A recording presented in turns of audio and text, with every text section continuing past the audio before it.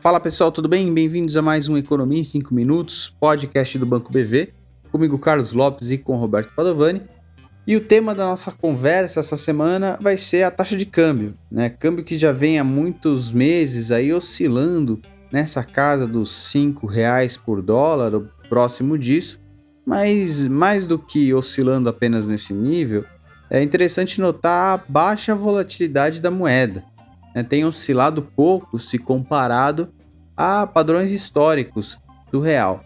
E isso não está acontecendo só com a moeda brasileira. Se a gente observar a moeda, principalmente de outros países emergentes, a gente vai ver um comportamento muito parecido diante do dólar, uma baixa volatilidade e uma volatilidade decrescente, né, se reduzindo ao longo dos últimos vários meses. E por que acontece esse fenômeno, né? Uma das boas razões, né, um dos bons determinantes dessa volatilidade das moedas está na percepção de crescimento mundial ou de um país específico, mas particularmente de crescimento global. Em períodos em que a gente tem grande incerteza sobre crescimento econômico, medo de recessão, por exemplo, a volatilidade das moedas tende a ser muito maior. Isso aconteceu lá na crise de 2008, aconteceu, por exemplo, na pandemia, de forma muito marcante. Agora a gente vive um momento em que a volatilidade das moedas tem caído bastante e o nível atual já é um nível bem baixo, comparável ao nível da última vez que aconteceu isso ali no ano de 2020.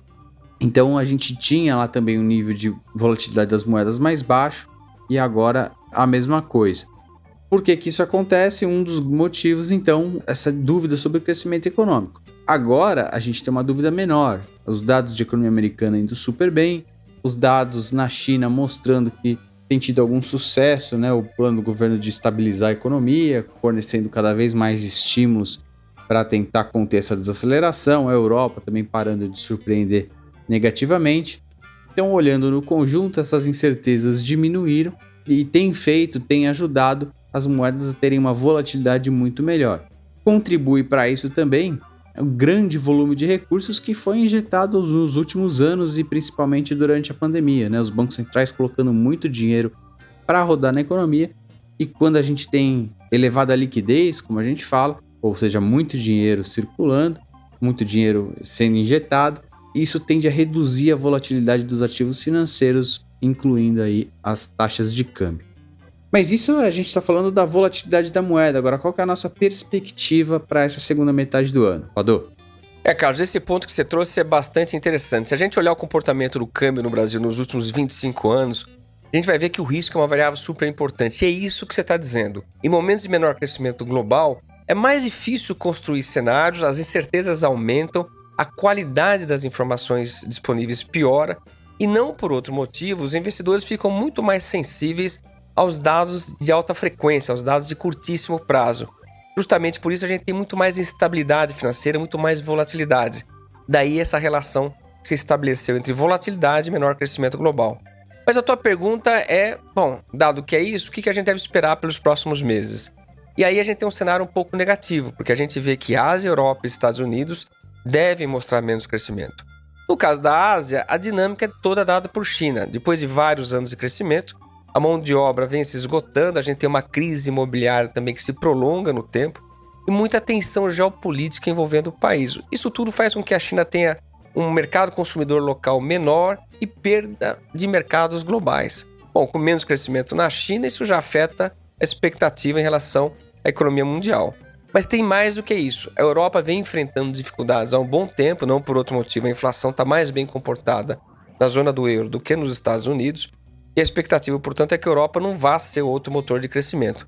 E aí tem a questão norte-americana. A economia norte-americana é muito flexível, mostra aí um mercado de trabalho apertado, desemprego baixo, um crescimento preservado. Mas esse é um bom sinal, mas que atrapalha a queda da inflação. Se a inflação não cai, o Banco Central norte-americano mantém juros elevados por mais tempo. Esse tem sido o debate ao longo desse ano. Se os juros ficam altos por mais tempo, então o crédito fica mais caro, o consumo desacelera e a economia norte-americana reforça a perda de dinamismo já dada por Europa e China. Portanto, você tem um quadro de menos crescimento global à frente, o que aumenta a volatilidade e, portanto, pressiona a moeda brasileira. Mas não é só o mundo. A gente tem aqui também um problema fiscal importante. O governo aumentou muito seus gastos, ninguém sabe se ele vai encontrar receitas suficientes para equilibrar as contas públicas, e o resultado mais provável é um aumento da dívida. Só que um aumento da dívida nesse ambiente global de instabilidade aumenta também as incertezas, piora o conjunto de informações, aumenta a volatilidade. O Brasil pode reforçar, pode potencializar esse ambiente global. O resultado é uma trajetória de alta no dólar. Bom, é essa história. Nos falamos na próxima semana. Até mais.